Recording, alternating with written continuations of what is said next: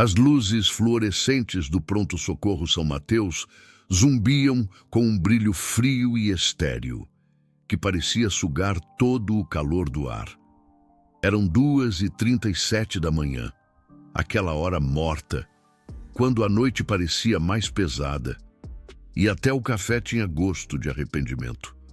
O cheiro de antisséptico se misturava com algo mais forte, o odor metálico de sangue, vindo de uma sala de emergência no corredor. A chuva batia forte nas janelas, como se tentasse invadir.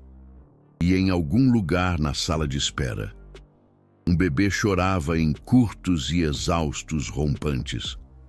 O Dr. Ricardo Mendes estava de pé no posto de enfermagem, navegando em seu tablet, seu jaleco branco impecável, mas seus olhos carregando o peso de um turno de 12 horas, do qual ainda faltavam 4 para terminar.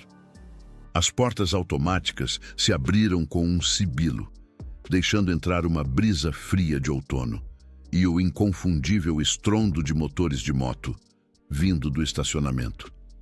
Ricardo levantou os olhos e sentiu sua espinha enrijecer. Um homem entrou, e tudo nele gritava problema. Ele era enorme, facilmente 1,90 m, com ombros de um jogador de rugby e braços cobertos de tatuagens, que subiam até o pescoço.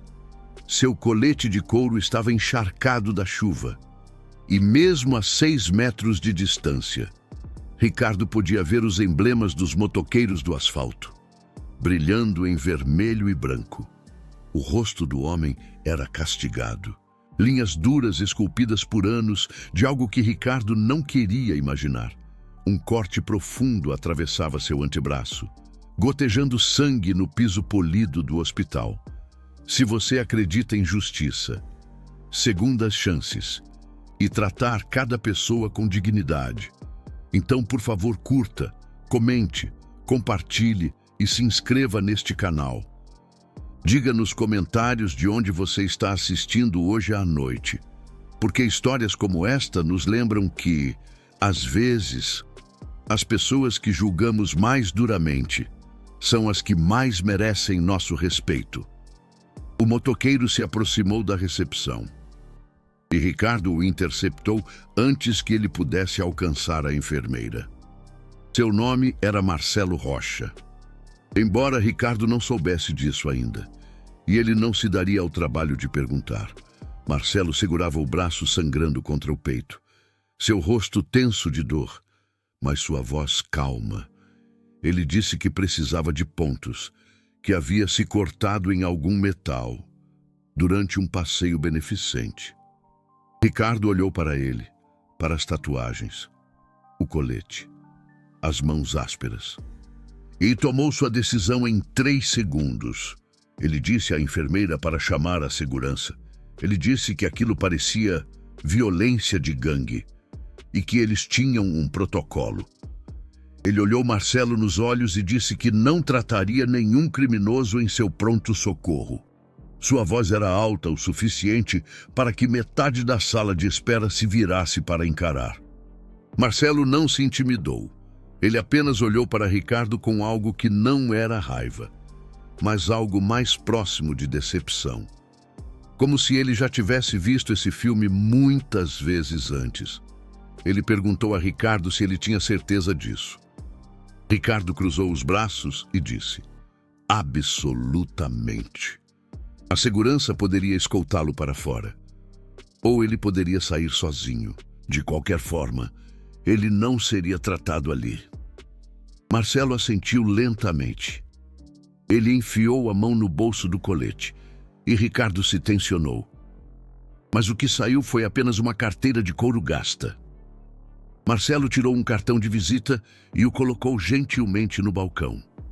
Então, ele se virou e caminhou de volta em direção às portas, sangue ainda gotejando de seu braço, deixando um rastro de pontos vermelhos no chão branco.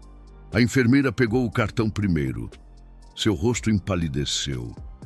Ela entregou para Ricardo sem dizer uma palavra. Ele leu uma vez, depois 2. Então sentiu seu estômago cair pelo chão. Marcelo Rocha, presidente. Fundação Rocha, principal benfeitor do Centro Médico São Mateus. As mãos de Ricardo começaram a tremer. A Fundação Rocha doou 14 milhões de reais para este hospital nos últimos 5 anos. Eles financiaram a nova ala pediátrica. Eles pagaram pelo Centro de Tratamento de Câncer. Eles cobriram equipamentos, bolsas de estudo, projetos de pesquisa. O homem que Ricardo acabara de humilhar e expulsar era o único responsável por manter este hospital funcionando. Em menos de 1 hora, a chefe da medicina estava no escritório de Ricardo. Doutora Patrícia Valente era uma mulher pequena, com cabelos grisalhos, e o tipo de presença que fazia os residentes ficarem em sentido. Ela não gritou. Ela não precisava. Ela simplesmente pediu a Ricardo para explicar porque o maior doador do hospital havia ligado para o celular dela às 3 da manhã para dizer que estava sangrando no estacionamento de um posto de gasolina, porque um dos médicos dela se recusou a tratá-lo. Ricardo tentou explicar as tatuagens, o colete, a aparência de Marcelo. Doutora Valente ergueu a mão. Ela disse a Ricardo que Marcelo Rocha andava de moto há 42 anos, que ele começou sua empresa de construção do zero e a transformou em uma empresa de 300 milhões de reais, que ele vinha doando para hospitais, escolas e programas para veteranos, desde antes de Ricardo nascer, que naquela noite, Marcelo e seu clube estavam no quilômetro 300 de um passeio beneficente de 500 quilômetros para arrecadar dinheiro para veteranos sem teto. O sangue em seu braço veio de ajudar a libertar um cachorro preso em uma cerca desabada na rodovia. Doutora Valente fez uma pausa e deixou o silêncio fazer seu trabalho. Então, ela disse a Ricardo que Marcelo não queria um pedido de desculpas. Ele não queria que Ricardo fosse demitido. Ele havia ligado simplesmente para fazer uma pergunta.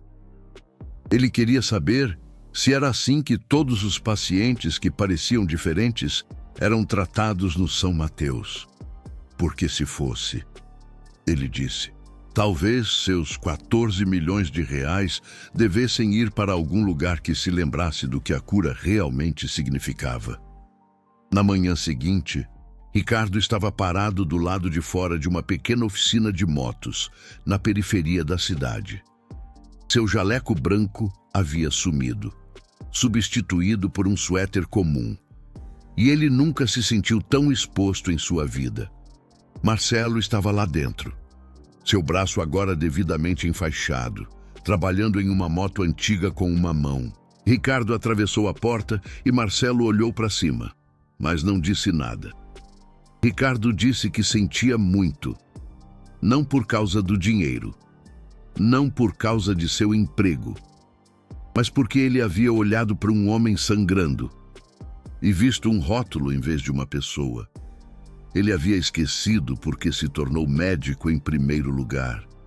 Marcelo limpou sua mão boa em um pano e estudou Ricardo por um longo momento. Então, ele acenou com a cabeça para uma cadeira e disse para ele se sentar.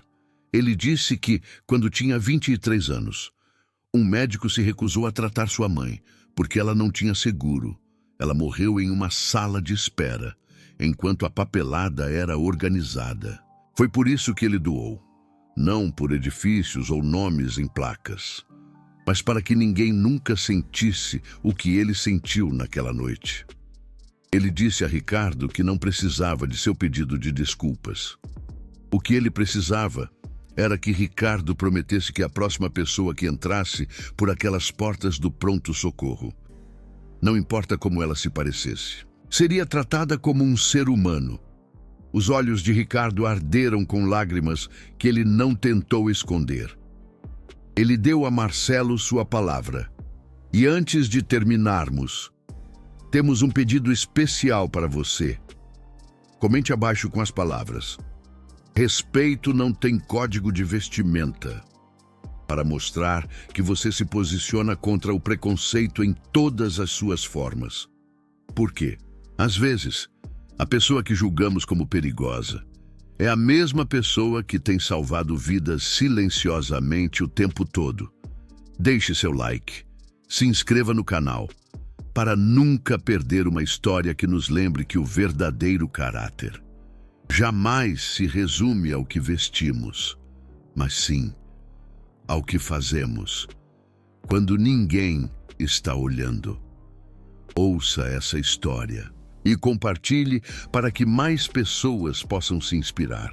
Afinal, são as pequenas atitudes, os gestos de compaixão que definem quem realmente somos e constroem um mundo mais humano.